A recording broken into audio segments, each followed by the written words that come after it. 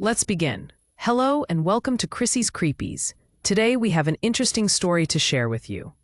It doesn't exist. Not anymore. The pistol's barrel rests against my left temple, the cold metal pressing into my skin. Felt colder while each second passes away as I wait to pull the trigger. I bought this weapon to protect my family. The past few months have been crazy in our neighborhood. I needed something, anything to keep them safe.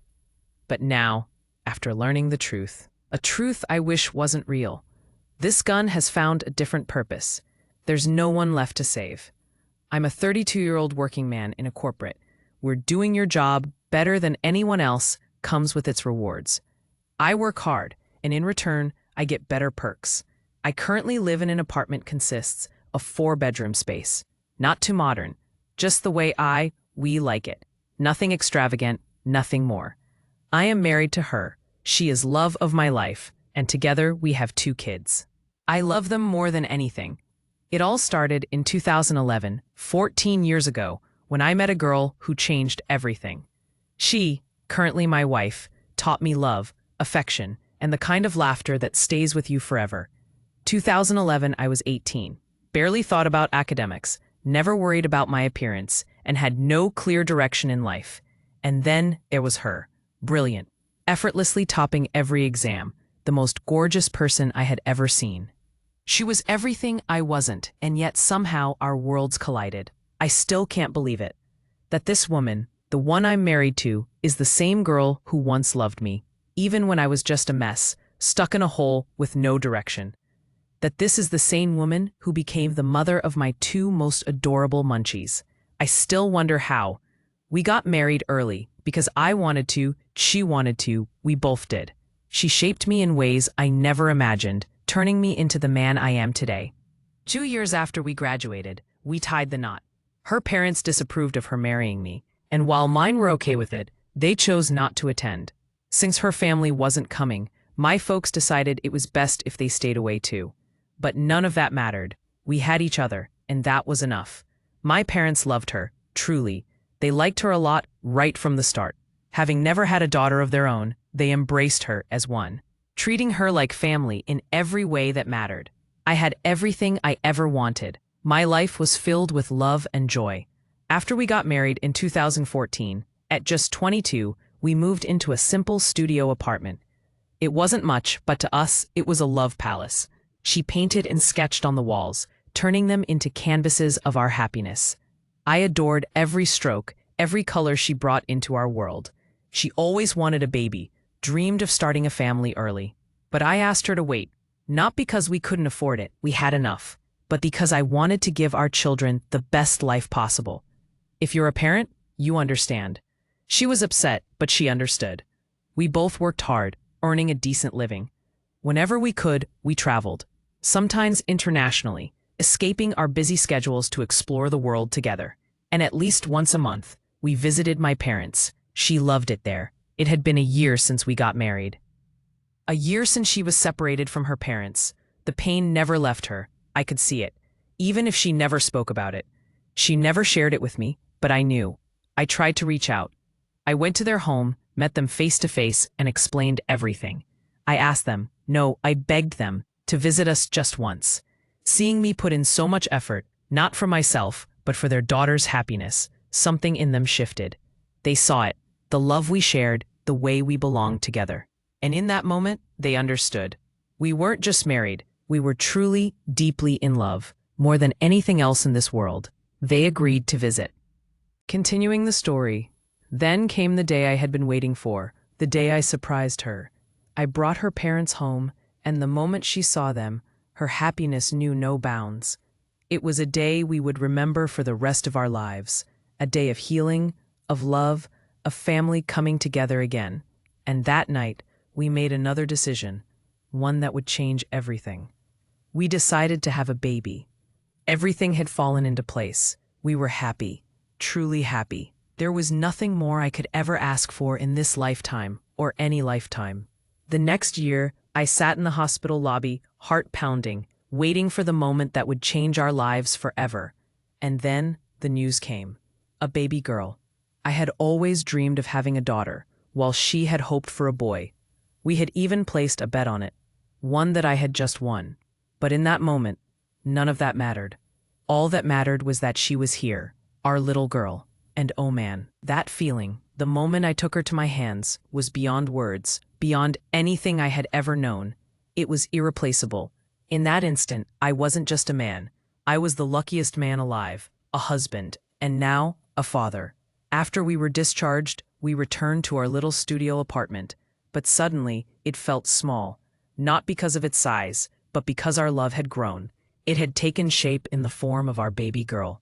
The space was filled with love, warmth, and something new, something bigger than just the two of us. I knew then that we needed a bigger place, not just for comfort, but to make sure this love stayed with us, surrounded us, and grew with us. We bought a new house, 4-bedroom space, a beautiful place just down the lane in the same neighborhood. It felt like the perfect step forward, a home where our love could grow. We had everything: happiness, love, and of course the little fights that came and went.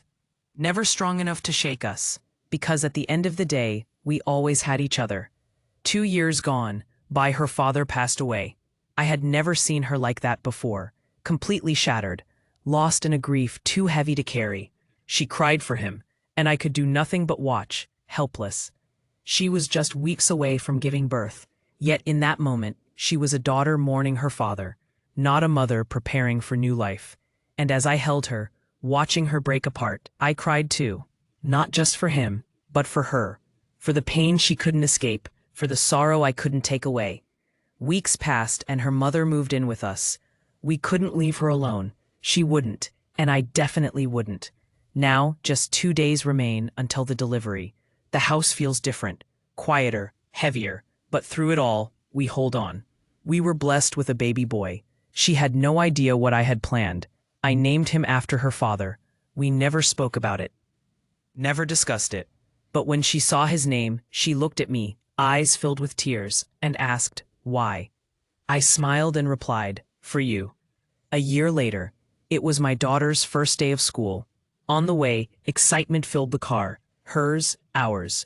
Watching her in her little uniform, stepping into a new world, brought back memories. My wife and I reminisced about our own school days, sharing stories from our childhood. I told her about the mischievous things my friends and I did, the fun, the chaos. She, in turn, told me about the boys who had proposed to her back then. I didn't react, played it cool. But deep down, yeah, I felt a little jealous. The parent-teacher meeting went well, and since it was just an introductory 4-hour session, we took her home early. On the way back, we stopped by my parents' place, spent some time talking, had lunch, and then packed some for her mother before heading home. It was a simple day, yet one I knew I'd always remember. A few weeks passed, and then the lockdown began. The world came to a halt. Every day we prayed, not just for our family, but for everyone, for every home, every stranger, every life caught in a storm. Continuing the story, the death toll kept rising. Day after day, week after week. The numbers were everywhere. But behind them were faces, stories, people. The fear was real, but so was hope. So we held on. 2021. Things started to feel different. Not in a way that shook our lives, but in the little things, the subtle shifts in behavior. My wife, for instance, she never liked people handing her things, always preferring to take them herself. But now, she had stopped minding. I noticed, but I didn't question it. The kids were growing fast. My son had become a little chatterbox, filling the house with his endless words. My parents started spending more time with us, their presence a comforting constant. But my mother-in-law, she had become so quiet, so dull. I figured it was just age, the weight of time settling in. But deep down I knew she missed him, the man she had spent a lifetime with. And no matter how full the house was, some spaces remained empty. Time was moving forward, but some wounds never truly heal. Week after week, people started visiting us, family, friends, even those who had never stepped into our home before. It was unexpected, but we welcomed it. Even my old friends, the ones who never had the time, started dropping by. We enjoyed it. We laughed more. We made memories, hiking, dining out, simply being together. And then there was her. She always smiled at me, this soft, knowing smile. And every time she did, it churned my heart the way she would churn a brick of butter, slowly, deliberately, leaving an ache I couldn't quite understand. It was the best time of my life. I just didn't know how much I would miss it. As days passed, our neighborhood started to change. It became rough, almost lawless. Violence and robberies became frequent, happening just around our house. Thankfully, we hadn't been targeted, and there were no direct threats to our lives. Still, the unease settled in. To ensure our safety, I installed the best security system available, anything to protect my family. Birthdays filled our lives, our children's, their friends, our friends, even my colleagues. Any occasion was a reason to move, to celebrate, to be around people. I never drank or smoked. She did, occasionally. At least I thought she did. Sometimes at parties, she'd slip away for a minute or two. I never questioned it, but deep down I knew. She had told me once, back when we were newly married, that she drank. But when she became a mother, she said she didn't want to anymore. I never restricted her. It was her choice. But if she was drinking again, she could have told me. In November 2023, a homicide shook our neighborhood. Fear settled in, and everyone felt uneasy. That's when I decided it was time to get a gun. Not because I wanted to carry it around, but for protection. I've always loved guns, not as weapons.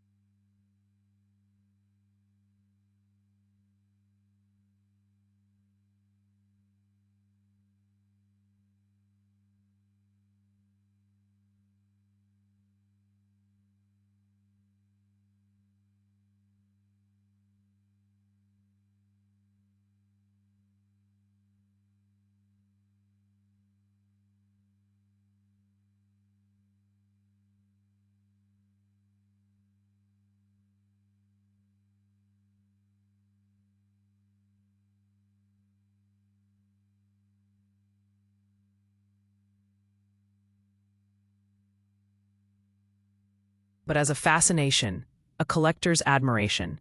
Maybe it was the action movies I grew up watching. Maybe it was the sense of security it offered. But this time, it wasn't just admiration. It was about keeping my family safe. Everyone, every friend of mine, questioned my decision. Why do you need a gun? It's not necessary. I understood their fear. They were all unsettled by what happened, but none of them lived here. None of them had to close their eyes at night in this place.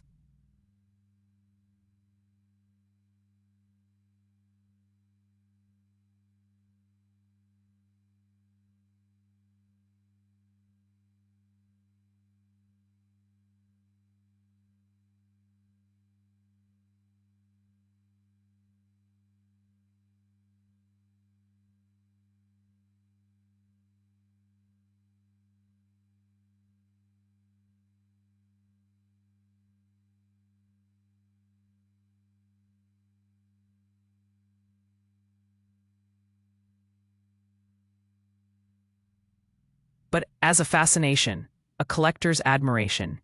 Maybe it was the action movies I grew up watching. Maybe it was the sense of security it offered. But this time, it wasn't just admiration. It was about keeping my family safe. Everyone, every friend of mine questioned my decision.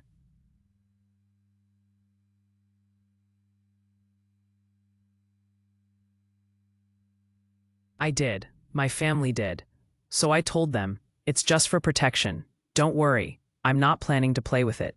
I said it with a laugh, trying to lighten the mood. But deep down, I knew I wasn't joking. There were nights when you'd hear strange sounds, scratches, faint thuds, echoing around the house. Maybe it was just the wind, maybe stray animals, but I never took chances. I kept the Glock 19 within arm's reach, right next to the bed, just in case.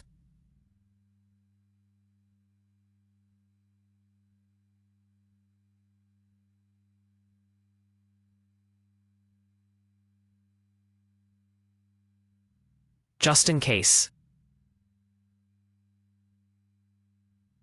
The unease settled in. To ensure our safety, I installed the best security system available. Anything to protect my family.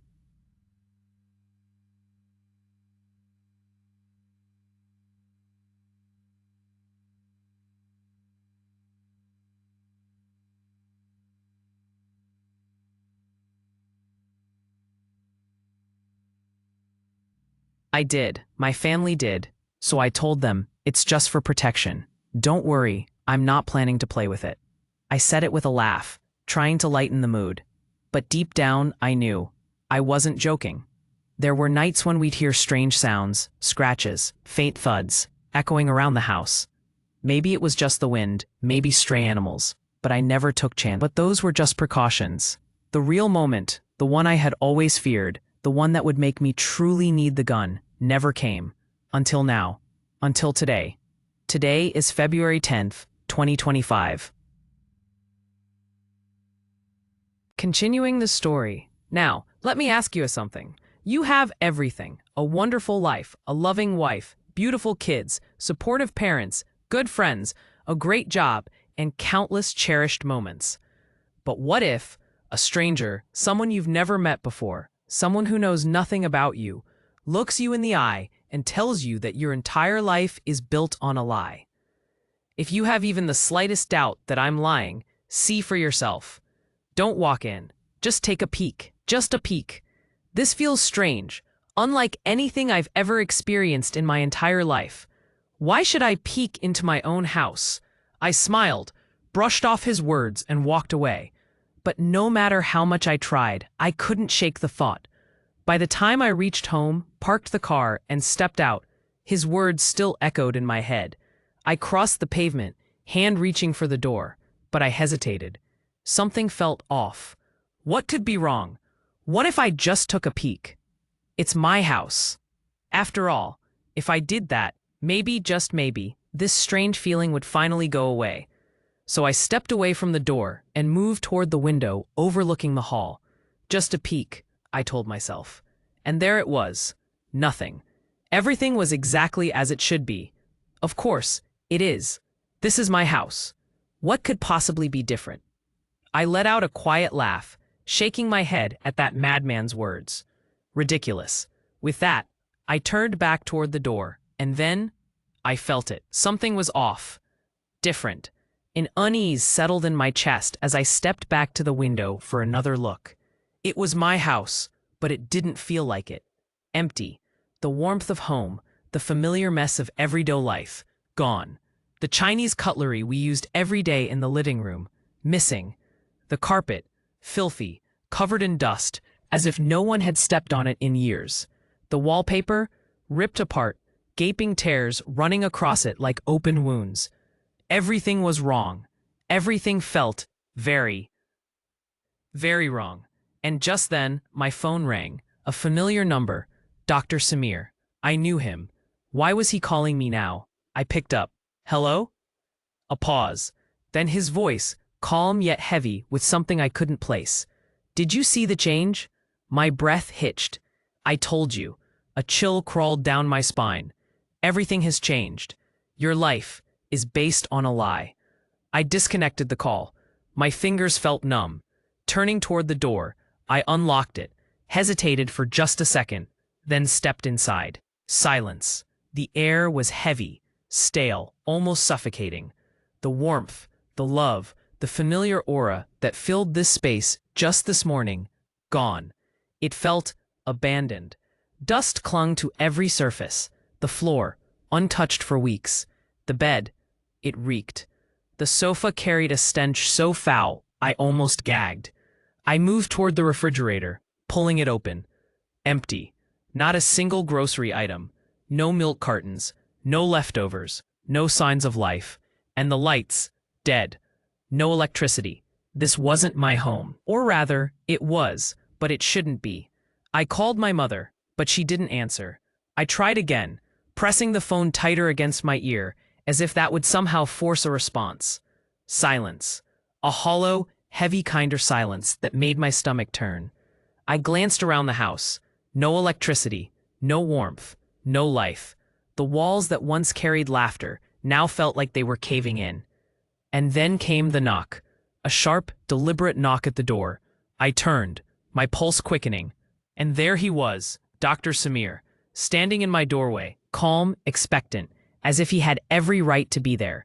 A chill ran through me, a deep, unsettling cold that settled in my bones. My hands curled into fists before I even realized it. Continuing the story. "Why are you here?" I demanded, my voice uneven. "Who are you? How do I know you?" The certainty that I did know him gnawed at my mind, a maddening itch just out of reach. His presence was familiar, yet wrong, like a misplaced memory I couldn't grasp.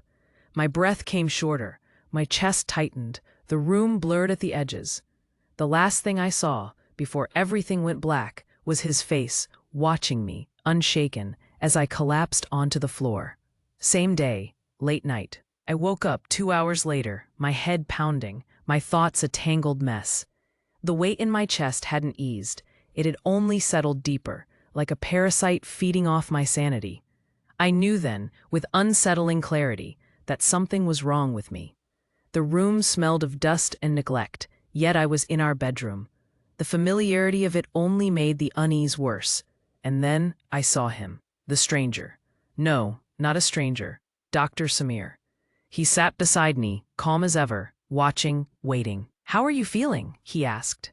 His voice was even, measured, like he already knew the answer.